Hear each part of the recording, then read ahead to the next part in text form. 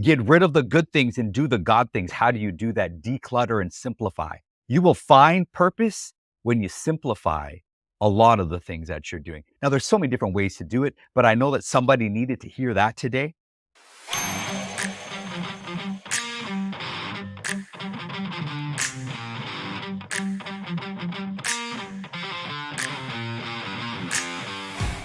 Where does the path of professional success intersect with spiritual purpose? Today on Seek, Go, Create, we're joined by Shiraz Siddique, the visionary behind the Christian Business Harvest Network. We'll call it CBHN from now on. Shiraz is on a mission to empower business professionals to not only excel in their careers, but also fulfill their divine destiny through faith. As the author of Well Done, A Passionate Pursuit of Purpose, good alliteration there, by the way, Shiraz advocates for a life that goes beyond the mundane, urging individuals to align their work with God's plan. CBHN stands as a testament to his commitment, offering tools and a community for those seeking to weave their faith into their professional lives. Shiraz, welcome to Seek, Go, Create. Tim, I got to tell you, I'm going to steal that intro. You make me sound pretty good. I hope they use that when I show up in heaven. And then I can just picture Peter or Gabriel be like, attention, because that was a really good intro. And you deliver it pretty good too. Thanks for that intro, man. Cool, man. Great to have you here. Yeah, I do wonder, I kind of had this vision when you were saying that of like, like this slow clap line when you kind of get to heaven and you kind of like clapping you on. I think a lot of people, and we'll talk about Judgment Day. I love in your book, because I read it just over the last few days, Judgment Day. I kept picturing like Arnold Schwarzenegger and Sarah Connor, Judgment Day. It's not quite that. I know that's what you weren't referring to, but I think so many people look at it as like this negative event, but I'm actually thinking there could be a lot of joy there, but I'm getting off track. I'm getting ahead of myself. Shiraz, you and I bumped into each other before. We've talked. I've been on CBHN. We've done some things and had some great conversations, but if someone just bumps into you and they ask you what you do, what do you typically tell them? I mean, my wife still can't answer that question when somebody asks her what her husband does. When you avail yourself, I see myself as not necessarily a jack of all trades, but a master of none, but being who God needs to be in that moment. Now, that sounds like a little spiritualized and highfalutin. That's not what I mean. It's you develop a passion for people, and then you lean into what Paul said, all things to all people. And if the scenario calls for a bit of mentorship and guidance, well, then let's go there. If it's tactical and practical, well, then let's go there. So what I do is try my best to avail myself as a tool for the people that I get to encounter through the work that I do, whether it's the TV show that we operate, whether it's the food truck that we are about to launch, or the other areas that I'm involved with in ministry. But what I do is try to be that tool. And the best tool that I've learned to be is the one that doesn't exist. I've learned to not do anything if God is saying, this one is for you and the bench, sit this one out. Is that hard for you to do? Is that hard for you to sit out? Are you wired that way? That's why I said I'm learning to sit out. There's been too many times in my life where I've gotten in my own way, because you're always trying to do the right thing. You're always trying to go above and beyond, add value. The old adage, leave a place better than you left it, or leave a place better than you found it. And you always want to leave the fingerprint of God's blessing on something that is in your rearview mirror. And so many times God's like, can you just chill out? I don't think I ever asked you to do that, but all right, you want to go and be extra again? Go ahead. But I didn't really ask you to do that. And so I'm learning still with all these gray hairs. I'm still learning. So what's interesting, you and I, we've had a few conversations and I think we've clicked. I think we're maybe cut from the similar cloth. We have some different backgrounds, cultural, all that kind of stuff, but it seems like we're leaning in the same direction. So I'm going to ask you this because it's something that I think about from time to time. Do you ever wish that you were, and I don't want this to be degrading to the people that have this profession, but I'm going to say, do you ever wish you were just a plumber? Or oh my gosh, just an electrician, or just a blah, blah, blah, especially with the conversation we just had and someone asking you the question, what you do. Do you ever wish that? Do you ever think about that at all? 100%. We are wired in similar ways and probably from the same tribe in heaven as well, definitely. Wow. How do I okay, my wife is my rock, my anchor, my joy, my reason. She and I couldn't be more different. When we're in social settings, she'll look to me to light up the room and begin conversations, engage, and she enjoys me being social. And she doesn't understand that sometimes I just don't have the energy or the lift to lift the room. And I just want to be a person in the room, not be the reason why the room is vibrating. Like I want to be all these years, I thought she always wanted to be more like me, more outgoing, more vivacious. And the entire time, I want to be like her. I want to be the wallpaper. I want to just, I can I just be in the room without having to have my presence felt. So I'm with you 100%. And I think you're right. It has to do with your primary function. Well, I'll put you another way. So I have two daughters, they're 19, 21, and my wife. So I live with three ladies. When their hair is curly, they want it straight. When their hair is straight, hmm, they want it curly, right? It's almost like you crave what the opposite of what your 90% wiring is. Does that make any sense? It does, and I think for me, it helps me understand some of my gifting, some of my purpose that I'm pursuing. We'll talk about in Well Done here in a little while. It helps me understand it more to attempt to poke holes at who I am. And let's go ahead and dive in the deep end, okay? I wanna dive in the deep end Go. because there was something that I kept thinking about as I was reading your book over the last few days. And it's the question that I wanna ask, and it's sort of related to this, I'll just go ahead and ask it. What comes easy for you? What is, like, easy? From knowing you and being around you, I could guess, but I wanna hear it out of your mouth, and then it might lead down a few different paths based on what you say here. So, what's easy for Shiraz? I come from a family who work with their hands. My dad was a millwright mechanic. A millwright, if you, I don't think you have millwrights in the States or not, but in Canada, what the millwright is, they're licensed to do everything. Welding, build a car, build a house. Like you are literally licensed to do anything when it comes to mechanical engineer or construction. Operate a crane, like literally, that's how powerful the millwright license is. Like my brother has rebuilt his house twice. I was there with the donuts and the coffee and a lot of encouragement. I was given a double dose of this right here.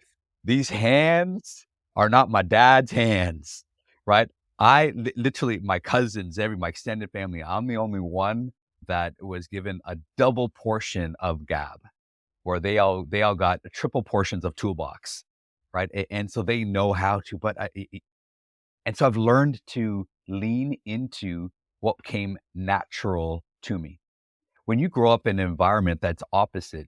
See, when you're a hard worker and you go to work, you punch a clock, you're raised in a home where you work hard, you punch your clock, you come home, you do this, and then you punch your clock.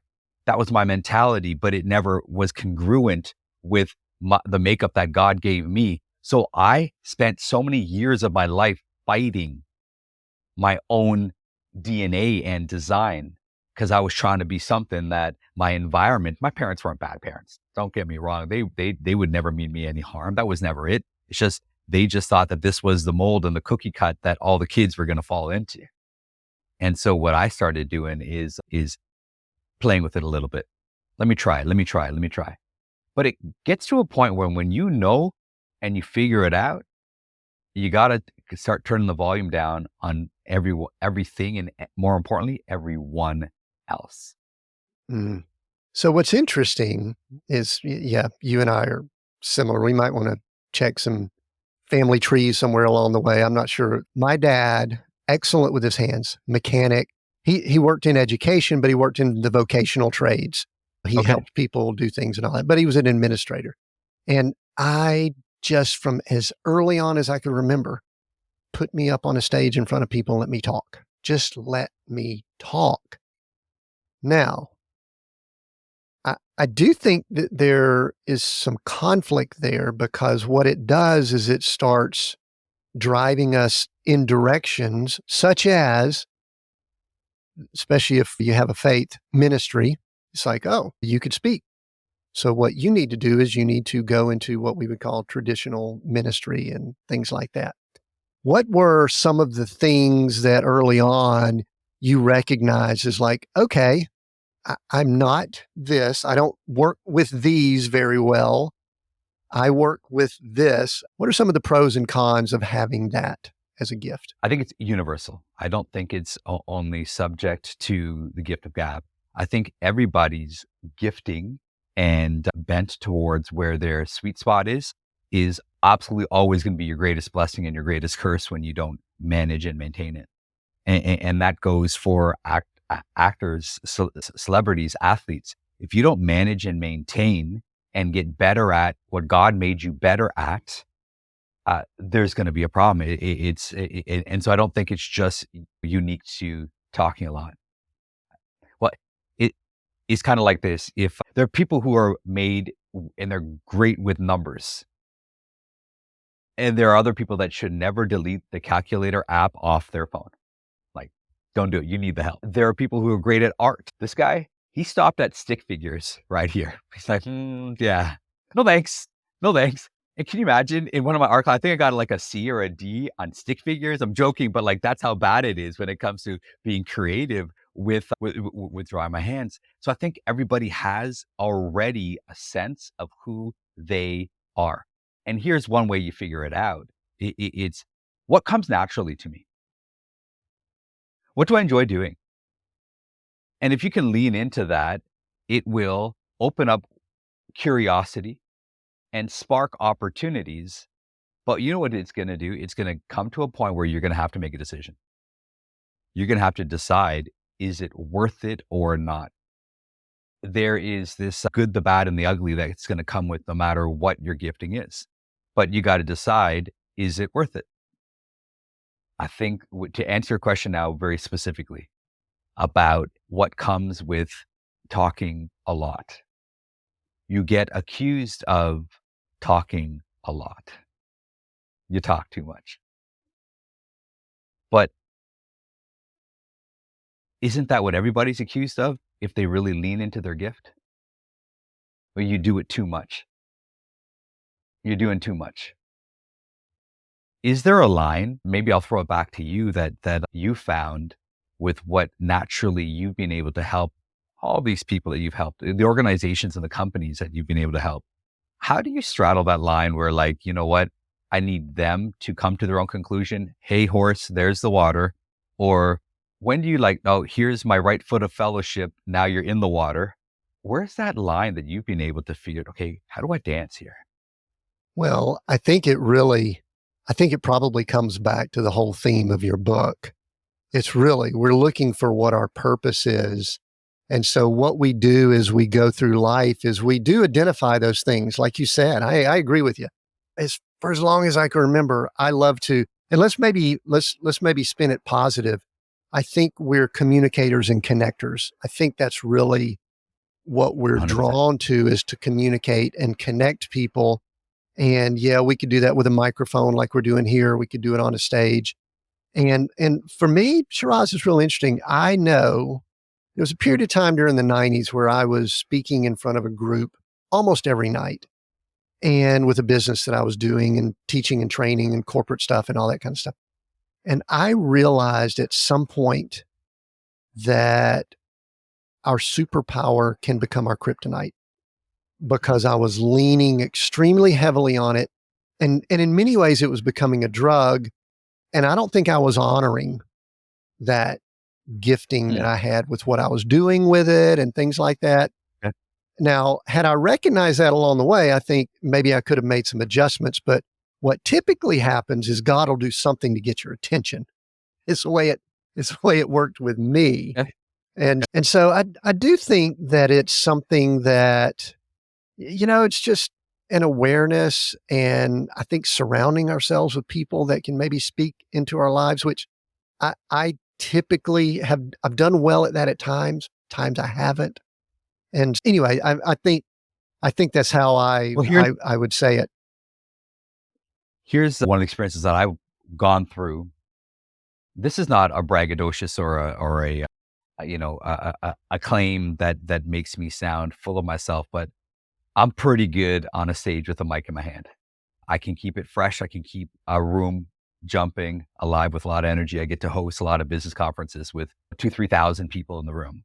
Pastored at a few different churches. So yes, when you're in the pulpit, you have that opportunity to speak life and life abundantly into people's very souls. And it's one of those things where, man, you couldn't even pay me to do this because I'm going to do it anyway because I'm just so wired to do this. And I love it. Like, you can't pay me to do it until I started trying to get paid to do it. Yeah. And I so was what spending, happened then when all of a sudden let's bring money into the equation. Let's yeah, bring money into the yeah. equation for everyone because you've got this gift. You believe you've been given it. Now Hmm. figure out how to bring money into the household, pay for Hmm. stuff. What happens Yeah. then? Yeah. Because the mistake that I had made was thinking that my source was my gift, not recognizing that my source was the giver of the gift. And when I leaned so hard into the gift, it was hard to make money from the gift. And that was a hard lesson for me because I put all my eggs into this one entrepreneurial venture where I was doing public speaking training because I'm pretty good at it. And I had a lot of people. I mean, a lot of, could you spend time with my staff? Could you train me here? Professors at colleges were like, hey, can you help me design this module so I can present to my students? How do I do what you do? And it got to my head, my heart, where it's like, okay, now my hand is activated and now I'm going to start this consulting business and I'm going to train people on how to become more effective communicators. Man, what a mistake. Because now I'm taking the gift and now I'm monetizing the gift that God gave me that wasn't even mine to begin with, instead of just trusting Him to open the doors where and when He needed it to be activated and operated. So when I said off the top, when you asked me, okay, what do you do? That's kind of where I was coming from. What I do is try to avail myself to people and connect them, not on a horizontal, but a vertical level, because you're right, we are communicators and connectors, but connect on a horizontal so I can reconnect them on a vertical level back to their father.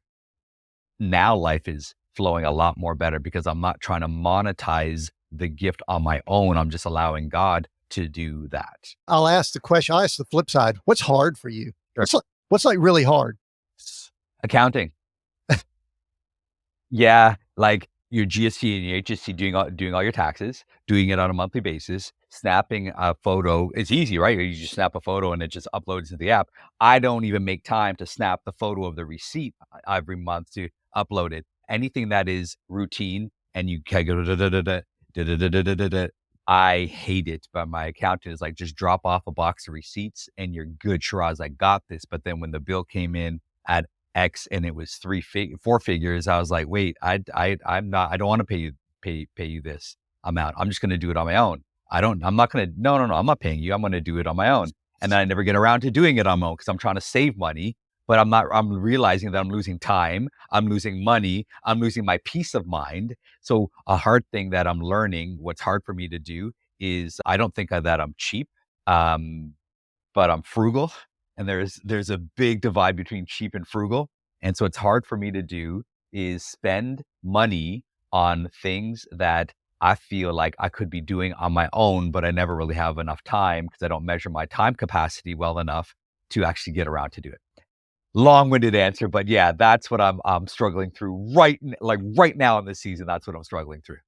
So at some point when you were younger, so you grew up in the family with, you said you had a lot of people that were, we'll call skilled with their hands. We'll kind of call it that. Blue And collar is fine as well, by the way. Blue collar is fine as well. yeah. And then all of a sudden because I saw it kind of dotted along, and I know you've been involved with ministry, Mhm. but let me go ahead and hit you with an interesting question that you can answer. I go over to your LinkedIn and I don't see ministry anywhere there. So tell Mhm. me about the ministry and then maybe layer back why I didn't see it over on your LinkedIn. And I think your LinkedIn's a little bit old. Probably like me, you probably don't go update it that often, but is that too hard of a question there? It's like, hey, man, where's the ministry? Come on, man. Not at all. You get to a point where if you are secure in your if you're secure in your marriage, you have to walk around telling people that you're married. That's weird to me. Been married 25 years. We just celebrated 25 years. You don't see a wedding ring. If my heart isn't married to my wife, what is my ring supposed to prove to the world? And my wife is cool. Like, she's totally fine with me not wearing my wedding ring. If I was wearing different rings, it would be like, hey, you're wearing that ring, but not your wedding ring. That would be an issue. I just really could never get comfortable with my wedding ring. I just couldn't do it. It's fine. My in-laws had a problem with that. That's another story. But so like with my relationship with God, I'm good with God. Like me and him, I feel like we got a good thing going. Am I going to try to prove that to everybody in the world? This is what I found. So there's this one church that I was pastoring at. I was an associate pastor, was the head pastor, church in just outside of Toronto called Humberley. What up, Humberley family, if you're listening in? And while I was pastoring there, I was working full time at this telecommunications company. I was their national sales manager. So I had about 3 or 4 teams and I don't know, maybe 20, 30 people rolling up and just managing a bunch of different things at different times, right? And this is what I found when I was there. While at this company, when I say record setting, yeah, I not only did I break and then I reset every sales record. It was, I mean, you talk about God's favor on your life. It was just powerful. And people would constantly come up to me, Shiraz, what is your secret sauce? What is it that gets you all these wonderful results? Can you tell us your strategy? And deadpan look up. So they came to my desk. I didn't go to them. They came to my desk. And Tim, it was simple. I just deadpan look in the face like, God really likes me. You're his favorite. And it, and it was really interesting because I would get 2 distinct responses always. Always. It was like, uh-huh, skirp's gone. Like, and like end of conversation. Or, what do you mean? And those what do you means meant so much to me in those 4 or 5 years that I was doing both because I held both roles at the same time, pastoring and full time at this telecommunications company. And so this is a difference that I found. My desk tended to be a greater magnet than my pulpit. So when you're preaching, you have to invite people to sacrifice the rhythm of their life if they hadn't already come to the full revelation of who God is and who Jesus is and what he had done for all of us. You have to make an effort to break your Sunday routine, put some nice clothes on and get to church. Okay. But if you're already at work, so I began to wonder for what was more powerful, my pulpit or my desk. Hmm. And so as soon as I put up a sign, so it bothered me that people would walk away just because I said, God really likes me. And so I didn't want to repel people, but I continue to want God's glory on my life because in Isaiah, when it says, the kings will come to the brightness of your dawn. Kings, your gifts will make room for you before kings. And so when I began to just allow the favor of God on my life to perform through sales results and watching people flock because kings come to the brightness of your dawn, your gifts will make room for you. People were flocking to my desk. I got to tell you, it was struggle to get them to church on a Sunday. And so what was I supposed to do now? The people that walked away, that it bothered me that people would walk away just because I said God likes me. So LinkedIn is meant to be, hey, when I'm active, haven't been for a little bit in transition with one of the roles that I'm doing from a media perspective. So when I get back on that, I'll be more active on LinkedIn. But what it's meant to be is like, hey, I remember that Shiraz guy. Let me go check him out and see him. But as soon as you're going to meet me, we're talking about God. And so I found that keeping my desk neutral, but our communication right on point makes a big difference for me. Now, do I think everyone should prescribe to that approach? No. I'm wired to be able to, the duality of my existence being corporate and ministry at the same time. I can rock both worlds at the same time. Took me years to figure it out, but I can do both effectively. Sometimes it was bifurcating and bipolar in my mind to be able to do both, but I've learned over time how to be both. And again, back to us saying off the beginning, to be all things to all people. So I've learned, but both of them are going to be a gateway. to a vertical connection. Right. Because you're a connector and your ultimate connection is to connect people with their creator, their God. But you did spend some time in full-time ministry also, didn't you? Mhm. Didn't you do, so you've kind of been in and around. I think I remember learning about some of your early years. So one question I always have with people that have been around what we would call, air quotes here for those that can't see the video, I've got air quotes, traditional ministry or the Yeah. full-time ministry Yeah. role. Many people assume that that is the ultimate, that is the pinnacle of Yeah. a spiritual walk with God, is to be in a full-time ministry role. And we discuss this quite often here, so this is not a new topic for the listener. At times there are people that when they leave that role, they go through some degree of I failed, or God may not be pleased, or people come up to them and say, "Oh, I'm sorry, brother, but you must have backslid," or something like that. Yeah. And I Yeah. think you went back and forth some. If you want to share a little bit of that story here, that's fine. But Sure. at some Sure. point, see, you're probably like me. You don't consider yourself not in ministry now, but at some point you Mhm. disconnected with what many would consider traditional and or full-time ministry. What was that like? Yeah. I mentioned my family being all workers, my dad's side. My mom, when I was young, she was Muslim when my dad married her. And so when she came to the full knowledge and revelation of who Jesus is, man, there's one thing to grow up around Christianity, but there's another thing to grow around in a different faith and then have that moment where like Jesus just walks into your life and just loves you like you've never been loved before. So she was crazy lady Christian, right? Like she was just like went all out. Because again, when you have been around the concept of Christianity, you might take it for granted, but for her, she never did because she knew what it was to not to live out. So for her, the greatest achievement in her life, other than the grandkids, because we stopped existing when we all had kids, was when I became a pastor. That was her great crowning achievement. She'd call it, "Did you see my beta?" That means son. He is pastor. Like, so she was like, so like always beaming with such pride because her son was a pastor. So for her, it was a really big deal.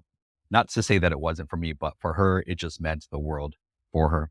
Growing up, my uncle, so this is on my dad's side, planted the very first Desi church in Canada. Desi is a term that encompasses Pakistan and India. And the church was, the language was Urdu, which is in Pakistan, and Punjabi, which is in India. And so they would speak their dialects of the same language effectively. And I'm 19. He's training me to kind of take over the ministry, not take over, but join him in ministry. And because we were always around and like, hey, let's send you to seminary. And so I'm 19 and I'm going off to seminary.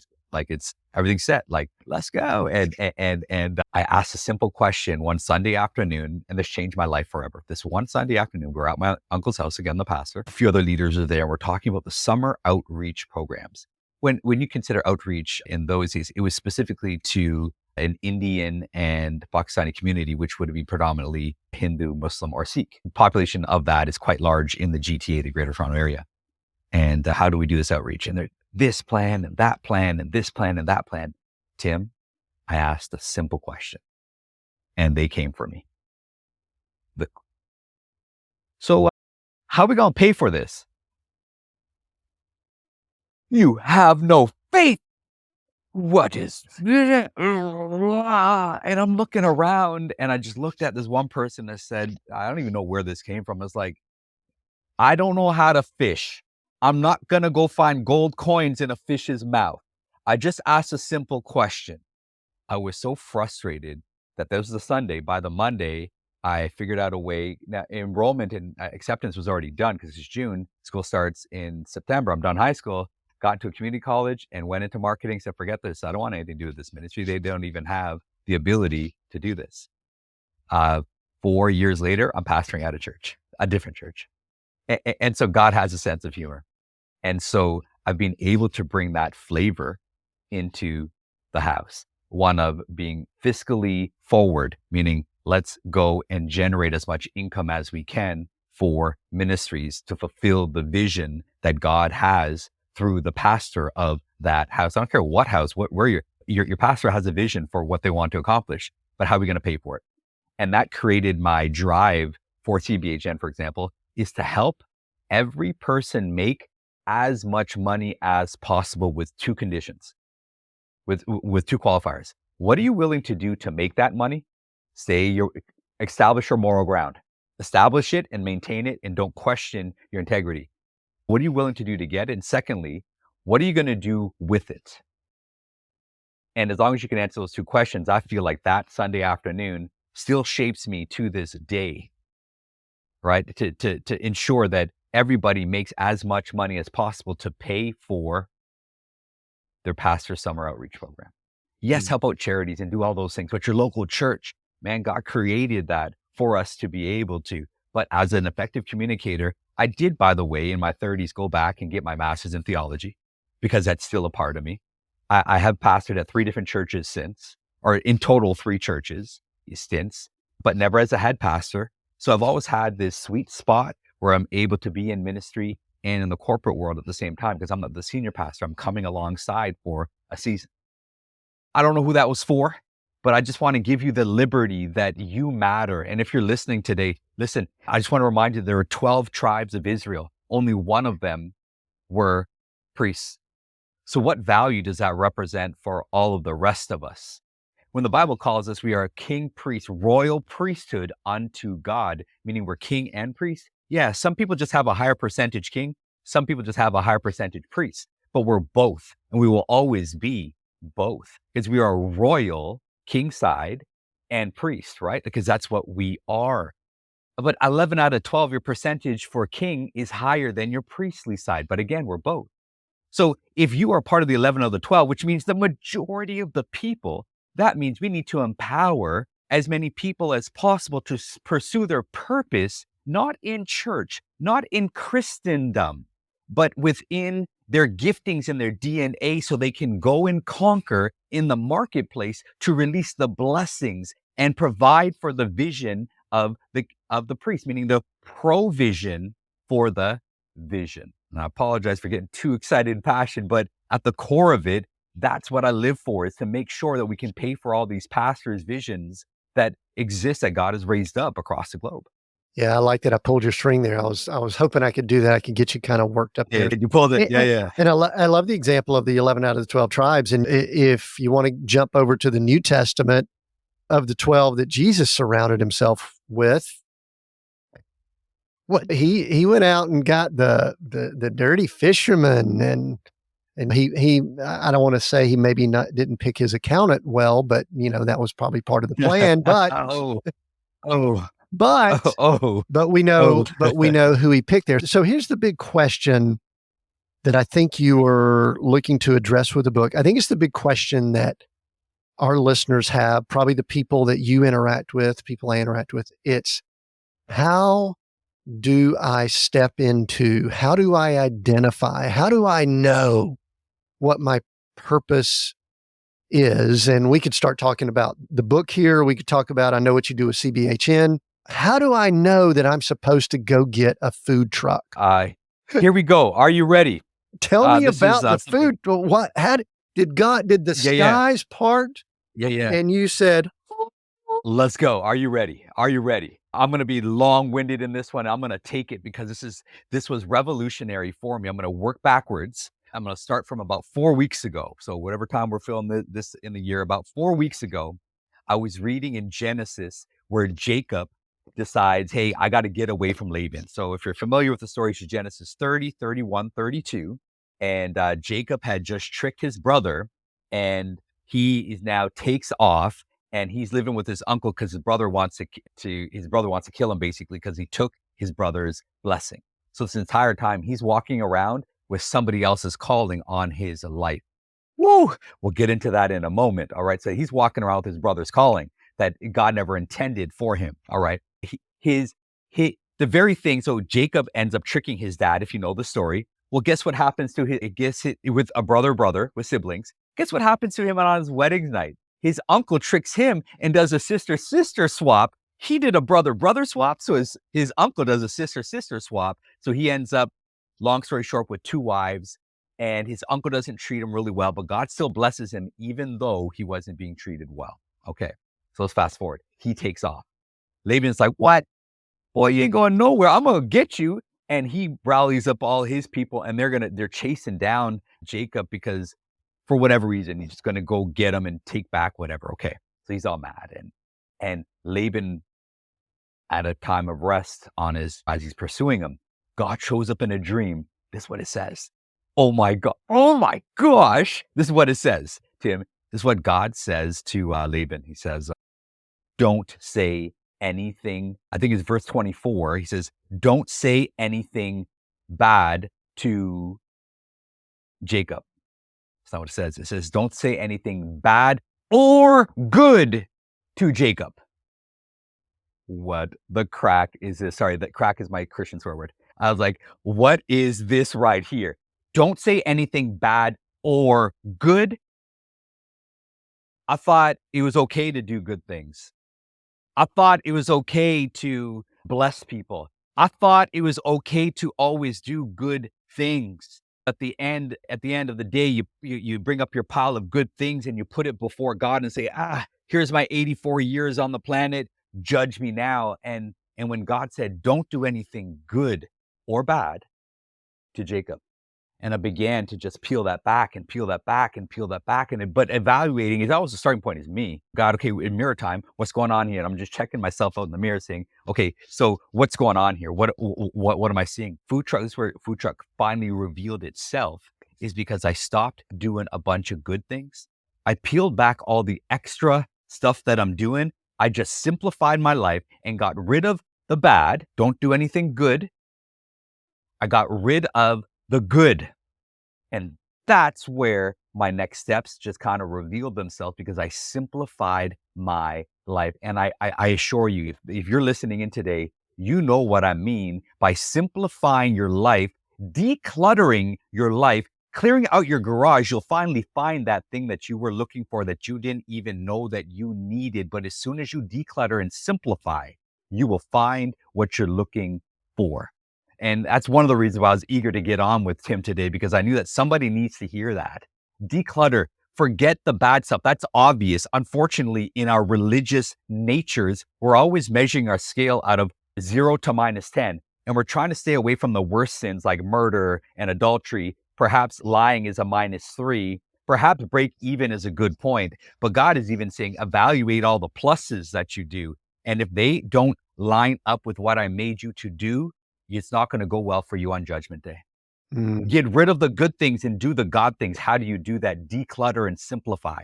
You will find purpose when you simplify a lot of the things that you're doing. Now, there's so many different ways to do it, but I know that somebody needed to hear that today. I just really want to make sure that I can express that. I think that's powerful. And there's so much symbolism. I almost didn't say that. Symbolism with the food truck that I'm going to ask a little bit more about just a second. But, Sure. you do, and I know you're aware of this. You're talking to a guy who lives in a 39-foot motor coach, and this is our home. And we just celebrated our 5-year anniversary of living here. We've been traveling for 10 years, but we've been fairly minimalist with stuff. Okay. But Shiraz, I did something else. I actually am coming to believe maybe that is an outward manifestation of cluttering that goes on internally. All the stuff we have, the garages we fill up, the storage units. I'm sure in Canada, y'all have one of the most popular businesses or storage units because people have run out of space to store their stuff at their homes and their basements, their garages. Can't even get a car in their garage anymore. They're now putting it in storage facilities. But I'm coming to realize how cluttered we are inside our minds, our souls, our hearts.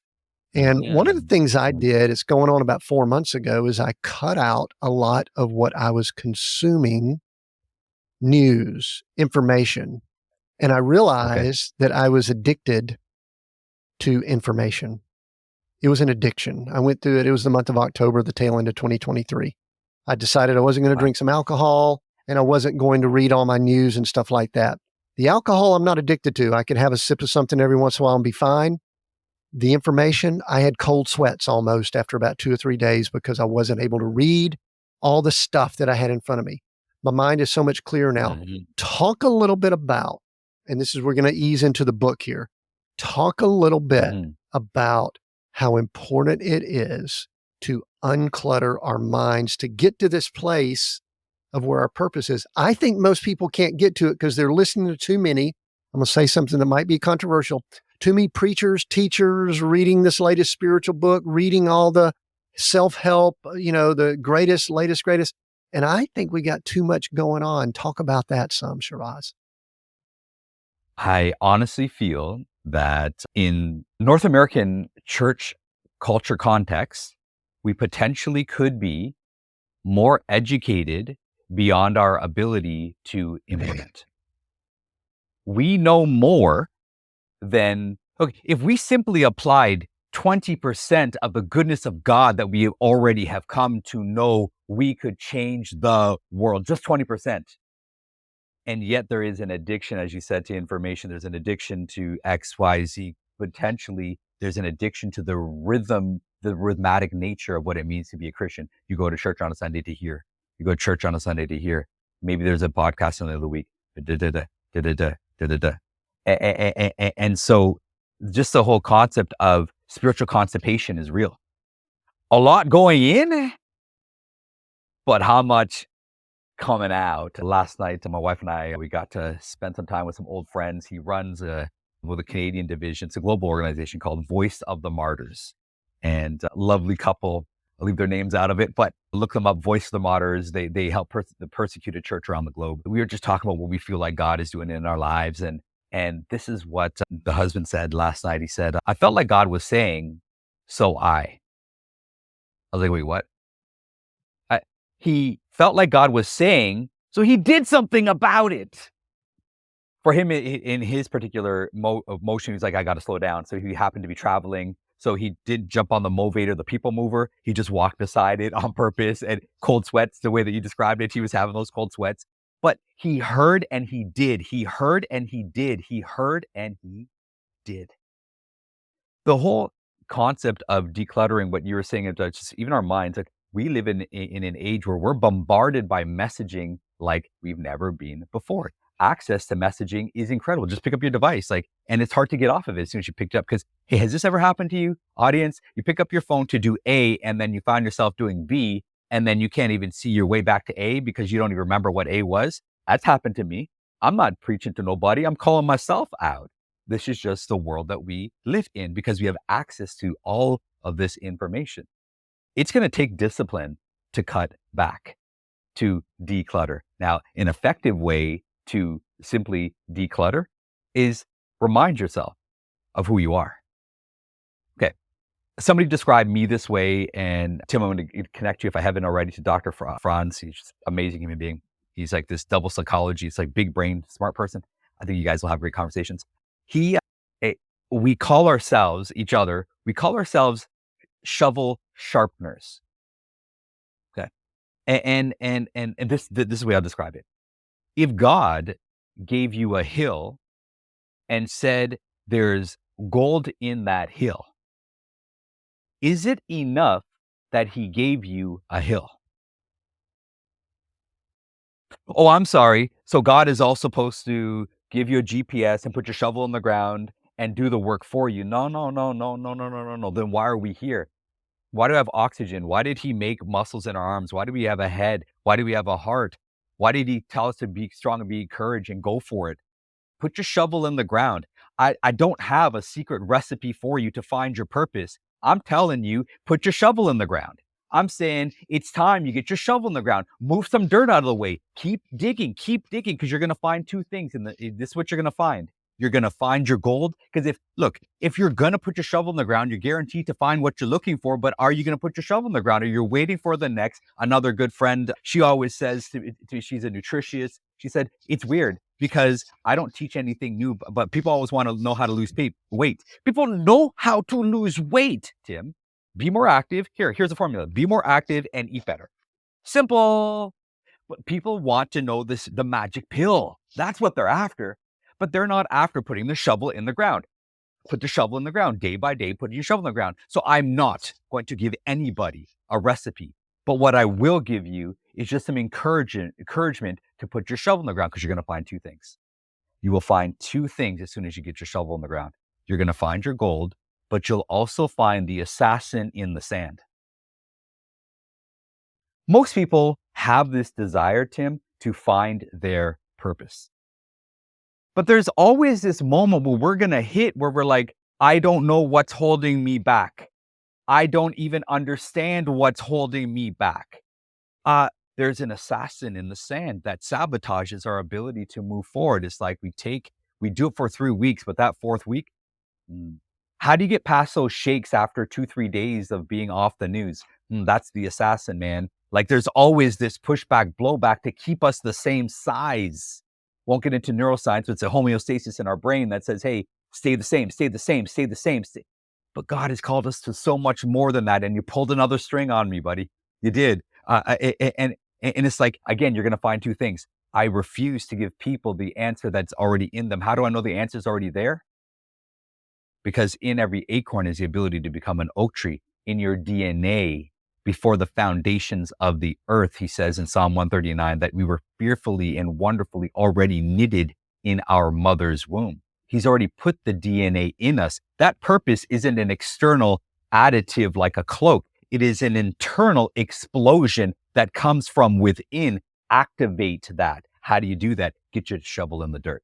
Now I better stop, or else I'm going to keep on going. So you don't have like a 3 steps to purpose, 7 steps. This is A, B, C, D. Listen, here's part of our culture. We do have, you mentioned the North American, I'll sometimes say first world culture. Our North American first world culture, they're looking for the easy button. At times I'm looking for the easy button. I'm looking for where's the easy button? We're looking for the easy button. And what I heard you say, it's not hard, but it's not easy either. And if I look out over the horizon, if I'm consuming too much stuff, I'm going to hear someone talk about the easy button. And I will in all likelihood gravitate towards which one? Human nature. The easy Yeah. button. So somewhere along the way, Shiraz, speaking of something that I don't think is easy, because I've written a book and you've written. Earlier, you mentioned you're not an artist. See, I think to put words on paper like you did, there's art to that. I think it's shovel in the ground stuff too, by the way. I think writing a book is shovel in the ground. But so you've got the book here, well done. A passionate pursuit of purpose. Alliteration there. You're an alliteration guy. Is that you? Mm-hmm. Love it. Could you come up with like 3 or 4 more P words just in the I could have, but a plethora, people say, a plethora of passionate pursuit of purpose. Now tell me how it originated, because here, and I'm going to layer it with something. Often people that have a gift of speaking, taking that and putting some of their thoughts on paper is a difficult thing to do. Or sometimes we will talk ourselves out of it because we could do a microphone and do these things. What was that like, and why did you decide to do it? And then we'll talk a little bit about the book before we start wrapping up here. Why? We were in Orlando and we were back in the room. My wife looks at me. So we were staying in this nice little place and like a Airbnb, and I was on the balcony, and my wife just pops her head out, and I was doing some writing like I'm prone to do, just my own journaling, but I don't call it journaling. It's called my writing. And my wife pops her head out and says, "Man, are you finally going to write that book?" Like, what? I thought you were making, coffee? What? And that was it. That was it. I didn't realize that I'd been writing with all the sermons and messages that I've been privileged and fortunate to be able to share different churches and other venues. I had written, but it's a completely different art form to write than it is to speak. And you know this full well. You can put so much more emotion and tonality, facial expression, passion, juice into and reinforce with power every word, but you can't do that in black and white. It just changes everything. And so learning how to do it was one step. I didn't write it to be an author. I didn't write it so I could write it. I wrote it so it could be read. I was very excited when we cut out 80 pages. It was 82 pages we cut out of the book. If you look at the average person, we didn't write this for readers. It was written to somebody who doesn't necessarily read that often. So it's just 10 chapters. Each chapter is about 12 to 13 pages. We wanted it to be read. We didn't want it to be written. And so with that objective in mind, we made it so that every person had the ability and the capacity to be able to receive what they need from it. And so when we wrote it that way, it changed everything. And you'll know this when you sell a book, the sales just go poof, whoop, and they're back up. They're on this like steady incline. And like when you're on Amazon, it's just interesting. You got Australia, New Zealand, places in Africa, South America, all across the States. The Canadian market to me was, okay, that makes sense because maybe one or two people know me here. But to see it just sell around the world didn't make sense. But I'm glad that we did the project. And when I say we, I couldn't have done it without my wife's support because of all the sacrifices that are necessary, because I'm not naturally a writer, I'm a communicator. And so the objective was to translate what this would communicate, but do it in writing. And so we hope that we are able to accomplish that mission.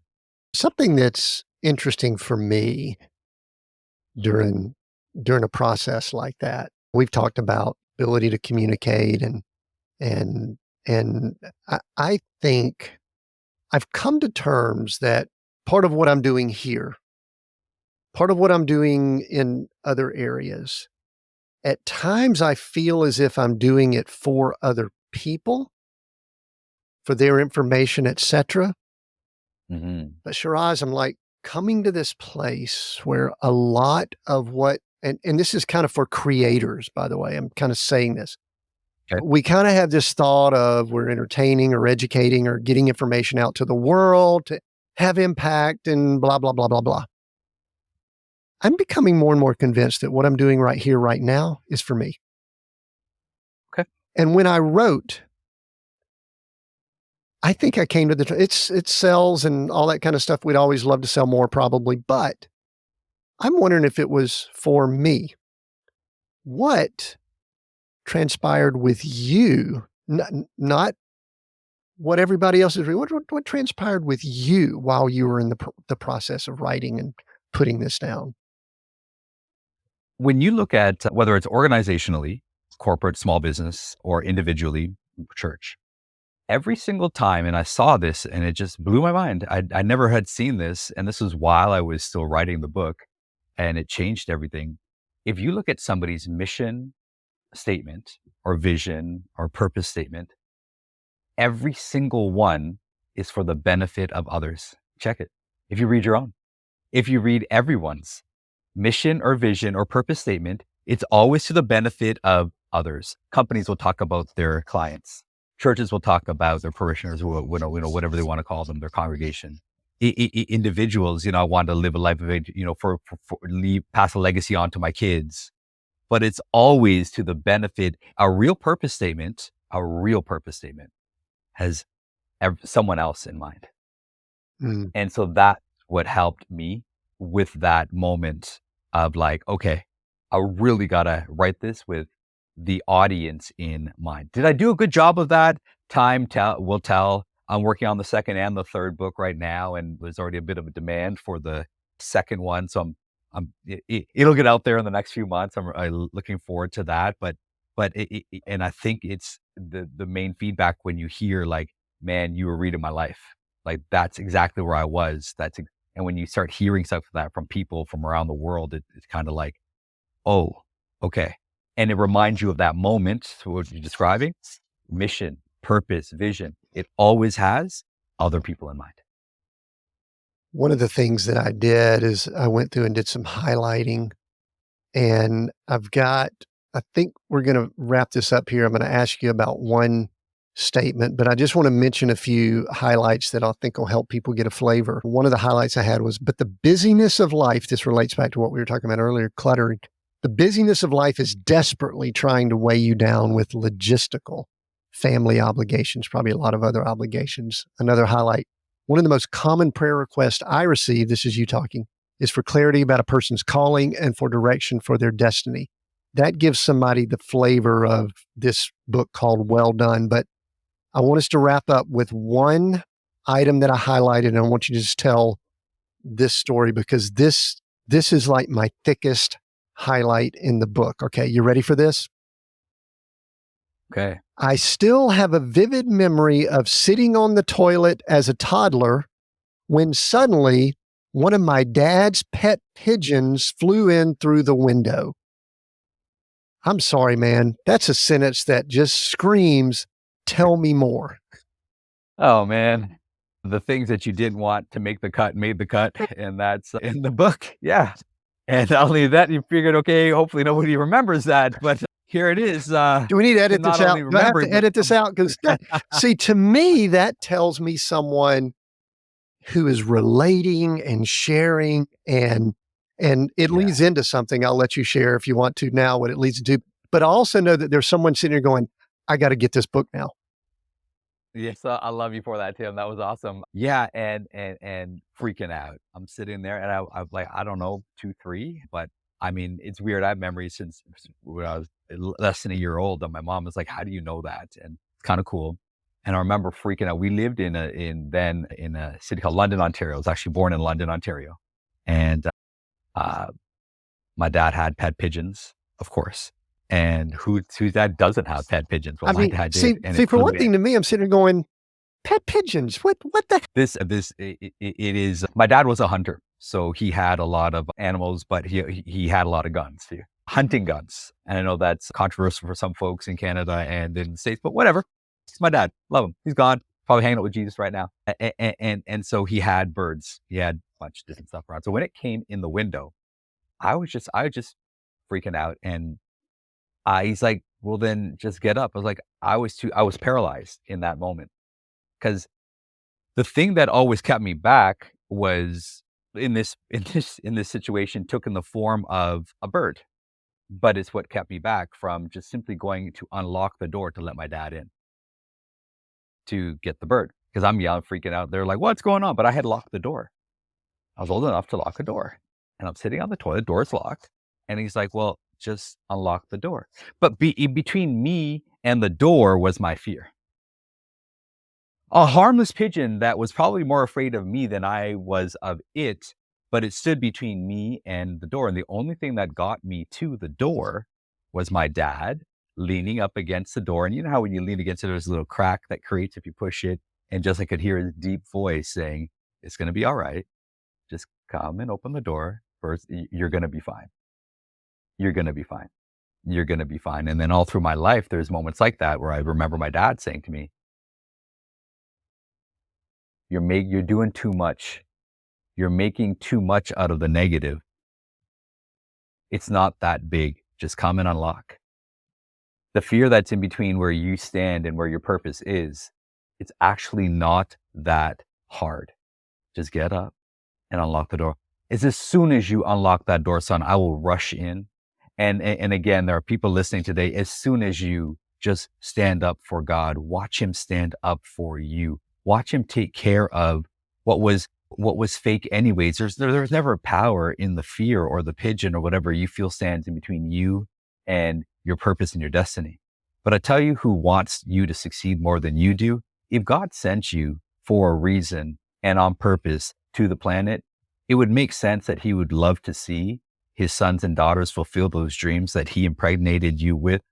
He, man, he's like the proudest one ever to be able to say, "Hey, look at what Tim and his wife do. Can they just be a model? Hey, left side of heaven, they have decluttered. They dropped everything. They've been in an RV for 5 years. Did you send them a cake, Michael? Michael, send them a cake. Like, let's celebrate what's going on in that RV. You think I'm playing, folks? No. They literally live the definition of what it means to just, you think they're off the grid? They're not off the grid. They're on the internet right now. They're not off the grid. They're off the goods that people thought was good for them. And when we can relinquish the barns that we're storing up and laying up treasures, and now they're storing up and laying up treasures in eternity and continue to do so all these years, man, there's so much liberty in freedom from letting go and not empowering the things that we think we need or the things that are getting in the way of what we think we need. It's just a beautiful scenario. And so it goes on to share a few more opportunities that you'll have to also step into who God is for you and what God really wants from the relationship that you have with him. Yeah, see, I'm glad that I highlighted that sentence. It's going to trigger. Someone's going to actually remember that. They'll remember it, which is good. Don't be mad at me because I brought that one up. Don't be upset. Not at all. The book's Well Done, A Passionate Pursuit of Purpose. Shiraz, why don't you tell us who it's for and where people can find it? Just kind of who it's for, who you think might be the person that needs to get the book. I mean, and I know it's everybody, but you know what I mean by that. Yeah, absolutely. I don't think the book is for, I wish it was for everybody because that's what every author wants, but it's not. It's for someone who's been Christian long enough to know that there's more in their core to explore, but they're not old enough to have been jaded by disappointment or jaded by what sometimes can happen when you fall into a church context. And then you begin to, it's sad when start people blaming the church and saying a phrase like the problem with the church is this, then this book isn't for you because you're putting your own pigeons in the way of the proliferation of God's gift in your life. It's never about the church or the pigeon. It's about you. And so it's somebody who's been Christian for a number of years to understand that there's more that they can enjoy and experience in God, but they're not old enough that they've been beaten up by this world, because this book isn't for you. If you feel that there's a problem with God and the church, this book isn't for you. You have other books that'll be more beneficial to help you get through those layers and then get on to discovering and recapturing the beauty that what God is for you. And that's who this book is for.